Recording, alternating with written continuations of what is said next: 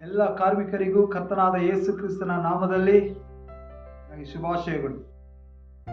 ದೇವರು ನಿಮ್ಮೆಲ್ಲರನ್ನು ಕೂಡ ಆಶೀರ್ವದಿಸಿ ಸುಖ, ಬಲ, ಆರೋಗ್ಯ, ಆಯುಷ್ಯನ್ನು ಕೊಟ್ಟು ನಮ್ಮನ್ನು ಆಶೀರ್ವದಿಸಲಿ.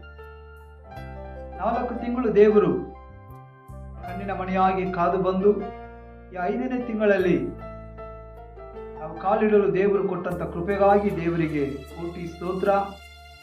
ಸತ್ಯವೇದದಲ್ಲಿ ಒಂದು ವಾಕ್ಯವು ಹೀಗೆ ಬರೆಯಲ್ಪಟ್ಟಿದೆ.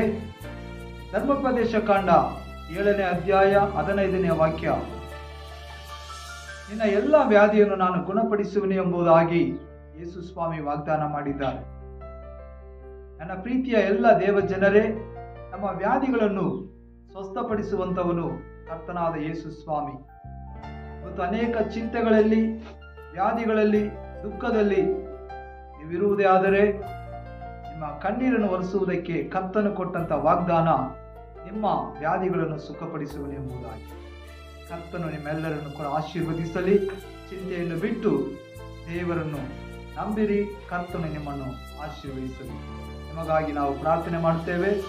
ನಾವು ಪ್ರಾರ್ಥನೆಯೊಂದಿಗೆ ದೇವರ ಸಮ್ಮುಖದಲ್ಲಿ ಒಪ್ಪಿಸಿಕೊಳ್ಳೋಣ.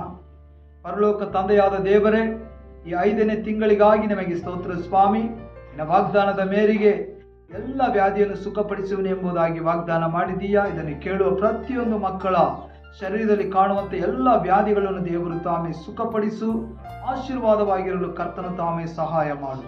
ಸಕಲವು ನಿಮ್ಮ ಕರದಲ್ಲಿ ಒಪ್ಪಿಸಿಕೊಟ್ಟು ಯೇಸುವಿನ ನಾಮದಲ್ಲಿ ತಂದೆಯೇ.